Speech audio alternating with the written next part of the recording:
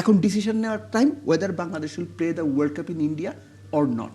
মূল কথা হচ্ছে কে কি বললো, কে কি ভাবলো, কে কি চিন্তা করলো, এগুলোতে এখন আর কিছু যায় আসে না।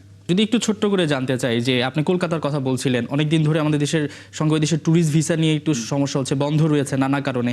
এবারই হয়তো বা নির্বাচনও হতো এবং সেই সঙ্গে যদি বলা হয় যে বিশ্বকাপটাও শুরু হতো, একটা প্রবল সম্ভাবনা ছিল এবং ওইখানকার ব্যবসায়ীরা আসলে মুখিয়েছিলেন।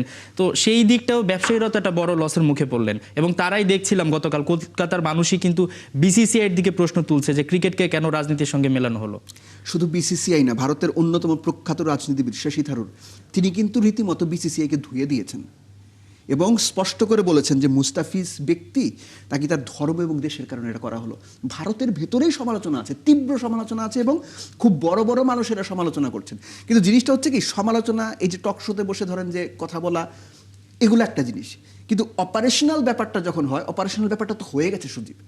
এখন মূল কথা হচ্ছে কে কি বললো, কে কি ভাবলো, কে কি চিন্তা করলো, এগুলোতে এখন আর কিছু যায় আসে না।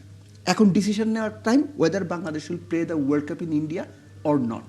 যদি না খেলে সেই ক্ষেত্রে বাংলাদেশের প্লেয়াররা 1 মাসের একটা ব্রেক পাবে, গণমাধ্যমে মোটামুটি একটা ব্রেক পাবে, তখন আপনি হয়তো অস্ট্রেলিয়া ইংল্যান্ডের খেলার নিউজ করবেন, ইন্ডিয়া অস্ট্রেলিয়া খেলার নিউজ করবেন, কিন্তু বাংলাদেশ তখন দর্শক হয়ে যাবে। এর সঙ্গে ছোট করে যোগ করে দেই, শুধু বাংলাদেশ ক্রিকেট টিমের যাওয়া না কিন্তু নিরাপত্তা নিয়ে, বাংলাদেশের হাজার হাজার দর্শক যে যাবে তাদের নিরাপত্তা নিয়ে কেউ কোনো কথা বলছে না। এটা আমার কাছে ব্যক্তিগতভাবে সবচেয়ে খারাপ লেগেছে।